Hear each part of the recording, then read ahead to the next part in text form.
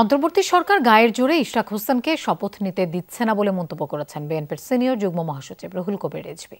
দুপুরে রাজধানীর খিলক্ষেতে আমরা বিএনপি পরিবারের পক্ষ থেকে জুলাই অভ্যুত্থানে আহত স্বেচ্ছাসেবক দল কর্মী রাকিবুল হাসানকে দেখতে গিয়ে কথা বলেন তিনি।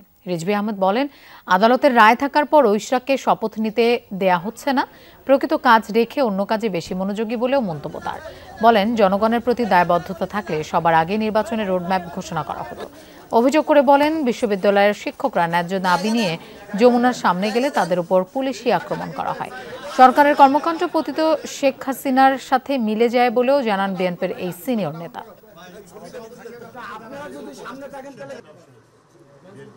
তাদের উপর অর্পিত যে দায়িত্ব, সেই দায়িত্ব বাদ দিয়ে তারা অন্য কাজে যাচ্ছেন, অন্য কাজ করছেন। জনগণ 15 বছর যেটি বঞ্চিত হয়েছে একটা অবাধ সুষ্ঠু নির্বাচন, ভোট কেন্দ্রে গিয়ে ভোট দিতে, সেই বঞ্চনা থেকে আজও মুক্তি হয়নি।